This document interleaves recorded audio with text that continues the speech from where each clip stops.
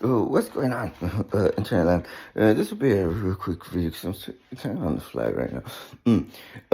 Anyways, but before I introduce you to Tony Horn and Pete Dx, I just tell you a really quick story. Right now we're already in September. Back August of last year. I was like scratching my head, going like, "Hey, you know what? I don't think some miraculous event is ever gonna take place in my life, ever, in order for me to start exercising physically on a regular basis, on a daily basis. You see, the story that was running my life for like the previous decade was like, oh no, like I still have a six pack from when I was in college. Like I'm good. Like one time I hit my tires, once I'm already there." I'm gonna get in the best shape of my life, like no doubt about it. And I'm gonna go all out with it. I'm gonna watch what I eat, and I'm gonna get in the best shape of my life. You watch. A six pack from when I was in college, when that is the furthest thing from the truth. I dropped out of college when I was 20 years old, 21 years old. Heck, I dropped out of high school when I was 17 years old. When I was a sophomore in high school. Yeah, I got a GED. Went back to college. Passed a couple classes, but I ended up dropping out when I was like 21 years old. When I was like 20 years old. And I didn't have a six pack then. I probably had a six pack of booze is what I had. So fast forward to back August of last year, I was sort of like at the point in my life where I was just like sick and tired of being sick and tired. I don't know if you've ever been at that point. Like when enough is enough. Like when it's the straw that breaks the camel's back. Like when you're tired of the headache and the heartache. And you realize that there has to be something totally wrong with how you're living your life. Well, I was at that point.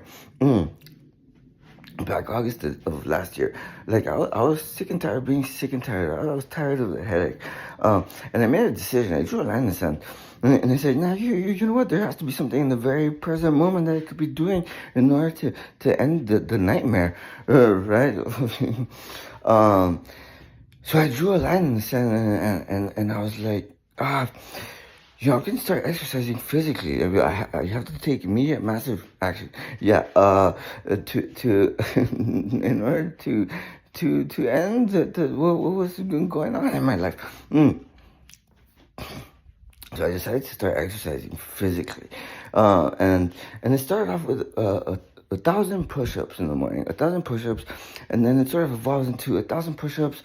I bought a pull-up bar, and then it was 1,000 push-ups, 100 pull-ups, and then I found some curls in the garage, and then it was 1,000 push-ups, 100 pull-ups, and then like 100 curls or so, and then I decided to start walking a mile every day because my thinking at the time was like, now if I want to get any results, I have to get in some cardio, right? Okay. And it seemed to be going quite well. I remember doing it on Thanksgiving, like counting all of my blessings and stuff. And that kept going on until I got a letter in the mail. And the letter in the mail, that was early around Christmas time. And it was for jury duty. And at the time, I had an Apple emergency, like big time. What was wrong with the iPad? That's a really great question. I don't know if this has ever happened to you before, although this has happened to me. When you let your phone die too many times, like the phone like commits suicide or something, and all of a sudden you have to use a more powerful charger, like from your MacBook or something, to power your phone back on, to bring your phone back to life, right? Well, I knew about that, and for that very reason, I would never let the iPad die. And right around Christmas time, that suddenly started happening, all random. And my birthday happens to be on Christmas Eve. So instead of going to jury duty, I made an appointment that day at the mall, at the Genius Bar, so that they could take a look. So they could take a look at my iPad. Anyways, long story short,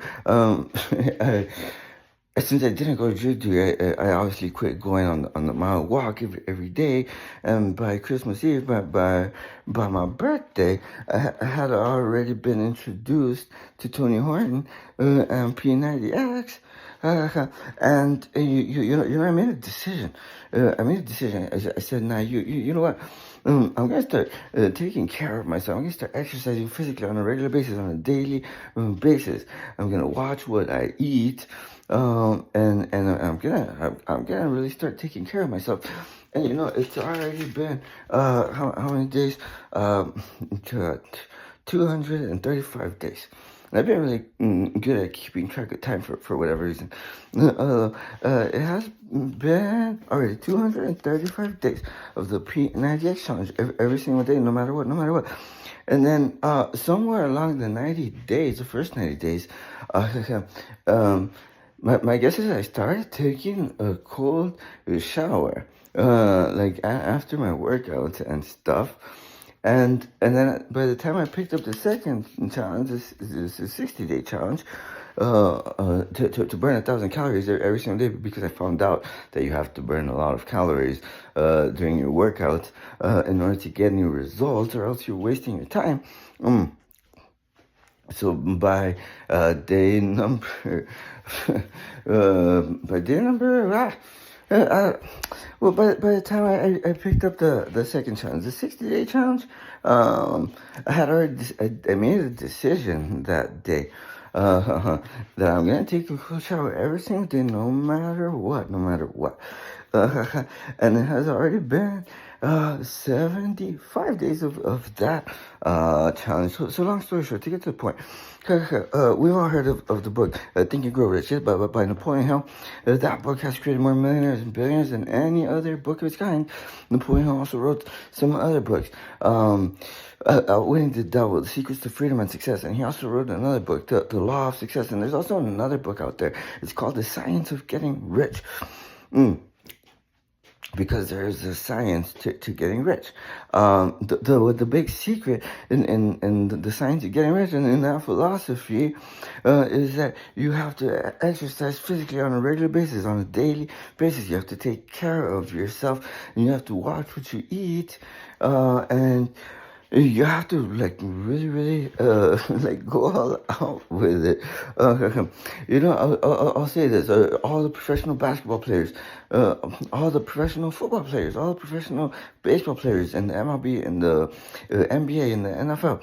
The only way it's even possible for them to be highly paid professional athletes is with Think and Grow Rich. Even the president of your country, the president of the United States, the only way it's even possible for the president to be the president is with Think and Grow Rich. And the big secret in thinking, in the science of getting rich, is the big secret is the law of attraction. Well, that's true. Although no miraculous event is ever going to take place ever, many times it's something hidden in plain sight. Many times it's something hidden in plain sight. And I'll say this: there's a lot of entrepreneurs out there who have had a story running their life probably for years, and that story is this: once I'm reaching my goal, once I'm hitting my targets, once I'm already there, then I'm gonna start exercising physically on a regular basis, on a daily basis, and I'm committed. I'm gonna go all out with it. I'm gonna watch what I eat. I'm gonna really take care of myself, and I'm gonna get in the best shape of my life. When in reality, no miraculous event is ever going to take place, ever. I can promise you that, because, because no miraculous event is ever going to take place, ever, because it's a decision.